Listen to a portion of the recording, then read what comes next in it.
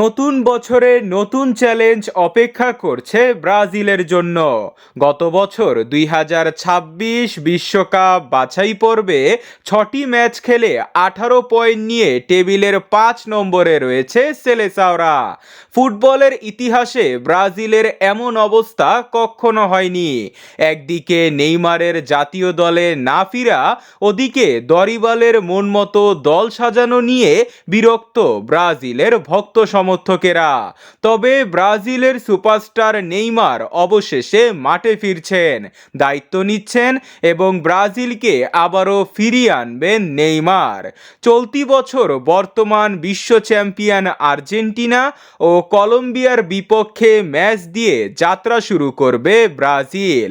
তাই তাদের বিপক্ষে নেইমারকে নিয়ে ভিন্ন পরিকল্পনা করছে দরিবাল জুনিয়র। ব্রাজিলের বিভিন্ন সংবাদ মাধ্যমের মতে 23 সদস্যের স্কোয়াডে কারা জায়গা পেতে চলেছে, তো চলুন দেখে নেওয়া যাক। গোলকিপার হিসাবে দলে থাকবেন লিভারপুলের অ্যালিসন বেকার, তবে কিছুটা অফ ফর্মে থাকলেও দলে দেখা যাবে অ্যাডারসনকে।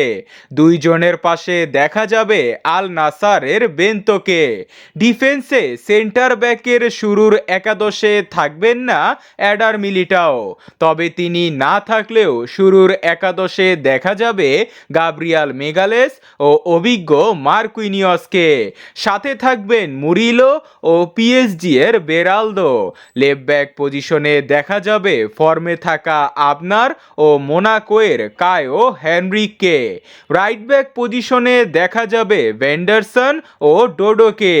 মিডফিল্ড পজিশনে থাকবে লুকাস পাকুয়েতা, নিউক্যাসটেলের ব্রুনো গুইমারেস ও গারসন। তারা অটো চয়েস হিসাবে দলে থাকবে। অ্যাটাকিং মিডফিল্ডার হিসাবে থাকবে বার্সেলোনার রাফিনহা ও আন্দ্রেস পেরেইরা। তবে দলের আক্রমণ ভাগে ফিরছে ব্রাজিলের সর্বোচ্চ গোলদাতা নেইমার জুনিয়র। তার ফিরা দলের জন্য স্বস্তির ব্যাপার। তার সাথে থাকবেন ভিনিসিয়াস জুনিয়র ও রদ্রিগো। থাকবে ম্যানচেস্টার সিটি এর দুর্দান্ত ফর্মে থাকা সাবিও ও লুইস হেনরিক। তবে বহুদিন পরে ফিরতে পারে গ্যাব্রিয়েল জেসুস। তার সাথে থাকবেন ইগোর জেসুস ও জোয়াও পেদ্রো। তো বন্ধুরা, কেমন হয়েছে ব্রাজিলের স্কোয়াড কমেন্টে জানান।